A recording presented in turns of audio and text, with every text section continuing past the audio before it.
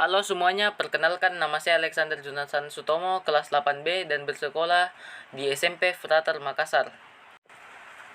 Materi yang saya akan bahas mengenai dampak buruk penggunaan media sosial, bahaya penggunaan media sosial, dan tindakan berbahaya di media sosial. Dampak buruk dan bahaya penggunaan media sosial. Media sosial juga menyebabkan meningkatnya perilaku kasar dari penggunanya. Pada kehidupan nyata, orang akan berusaha mengendalikan diri ketika bertindak dan berbicara. Namun di media sosial, karena pengguna tidak mengenal satu sama lain secara nyata, identitas pengguna yang tersembunyi dan tidak ada tatap muka, perilaku untuk menyampaikan kata-kata kasar dan menyerang orang lain menjadi lebih tidak terkontrol. Di media sosial, seseorang lebih mudah untuk menyerang orang lain dibandingkan dalam dunia nyata. Tindakan berbahaya di media sosial.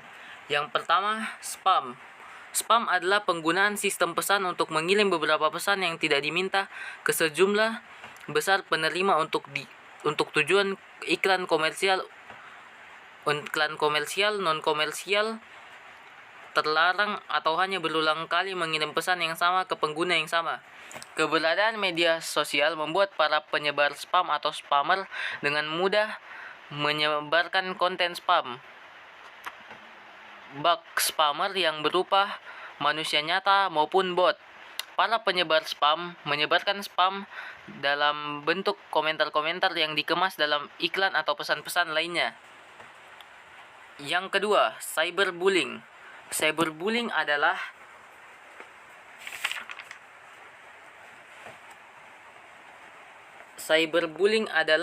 segala bentuk kekerasan yang dialami anak atau remaja dan dilakukan oleh teman seusia mereka melalui dunia maya atau internet. Ketiga, memanipulasi jati diri. Memanipulasi jati diri itu artinya sama saja dengan kita melakukan pembohongan terhadap diri sendiri dan orang lain. Informasi yang berlebihan itu adalah kesulitan dalam memahami suatu masalah dan membuat keputusan secara efektif ketika seseorang memiliki terlalu banyak informasi tentang masalah itu, dan umumnya dikaitkan dengan sejumlah informasi harian yang berlebihan.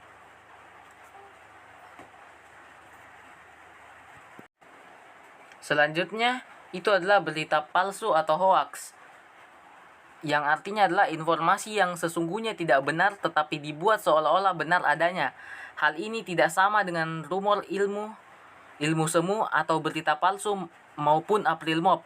Tujuan dari berita bohong adalah membuat masyarakat merasa tidak aman, tidak nyaman, dan kebingungan. Selanjutnya, privasi atau security. Privasi ialah tata kelola tentang bagaimana data pribadi dan bersifat rahasia dikumpulkan, ditangani, dan diproses. Sementara keamanan data mengacu pada keamanan dan perlindungan data dari ancaman bahaya baik dari sisi eksternal maupun internal. Dalam beberapa hal, media sosial mengharuskan pengguna memberikan berbagai data pribadi yang kemudian dapat dicuri oleh hacker. Hacker dapat menguasai akun pengguna baik karena sistem keamanan media sosial yang kurang ataupun kesalahan yang dilakukan oleh penggunanya. Intinya adalah kita harus lebih berhati-hati dalam menggunakan media sosial. Jangan sampai dapat data pribadi kita diambil oleh seseorang untuk tindakan yang jahat. Selanjutnya, penipuan. Penipuan adalah sebuah kebohongan yang dibuat untuk keuntungan pribadi yang merugikan orang lain. Meskipun memiliki arti hukum yang lebih dalam, detail tentang penipuan bervariasi di berbagai wilayah hukum. Pubbing. Pubbing adalah tindakan yang mengabaikan lingkungan dengan memfokuskan diri pada telepon. Gejala ini banyak kita temui ketika ada sekumpulan orang yang duduk bersama di restoran atau kafe, tetapi masing-masing sibuk dengan smartphone, mengabaikan orang di sekelilingnya. Kecanduan dan gangguan kesehatan adalah gangguan medis yang berakar dari perubahan pada fungsi otak. Kecanduan bukan hanya masalah sosial, moral, atau kriminal. Oleh karena itu, sebagai pengguna media sosial, kita harus dapat menggunakan media sosial secara bijak dan mengatur waktu dengan baik. Selanjutnya, ujaran kebencian. Ujaran kebencian adalah tindakan komunikasi yang dilakukan oleh suatu individu atau kelompok dalam bentuk provokasi, hasutan, ataupun hinaan kepada individu atau kelompok yang lain dalam hal berbagai aspek seperti ras, warna, kulit, etnik, gender, cacat, orientasi seksual, warna negara, agama, dan lain-lain sebagainya.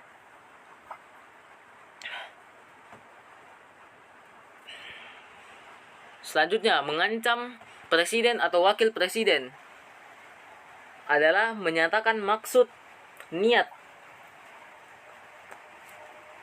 atau rencana untuk melakukan sesuatu yang merugikan bagi presiden maupun wakil presiden.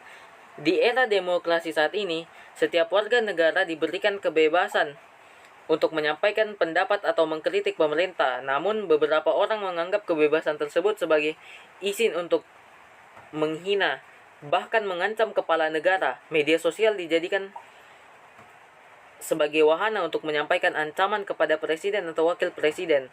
Pelaku pengancaman presiden atau wakil presiden dapat dikenakan tuntutan telah melakukan tindakan makar dan dapat diancam hukuman sampai 20 tahun penjara menurut Kitab Undang-Undang Hukum Pidana atau KUHP pasal 104.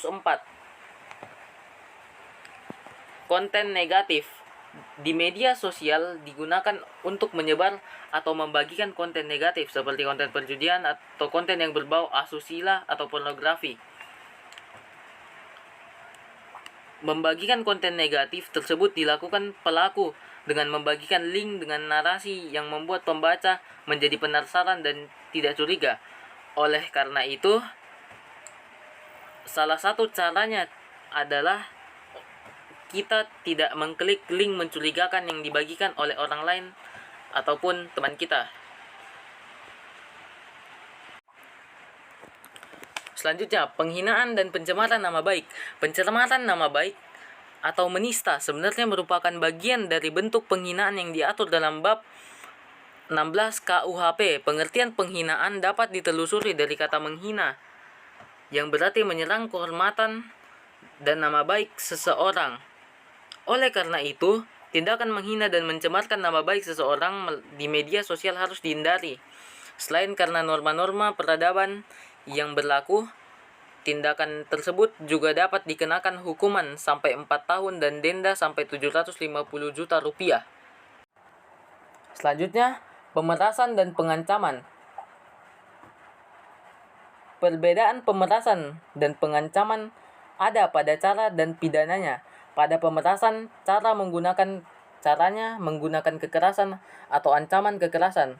Lalu pada pengancaman, caranya menggunakan ancaman pencemaran nama baik dan akan membuka rahasia kita. Mengingat ada banyak tindakan dan bahaya yang harus dihindari oleh pengguna media sosial tersebut, sebagai pengguna kamu harus berhati-hati ketika menggunakan media sosial sehingga tidak terjadi pelaku ataupun korban dari tindakan berbahaya tersebut.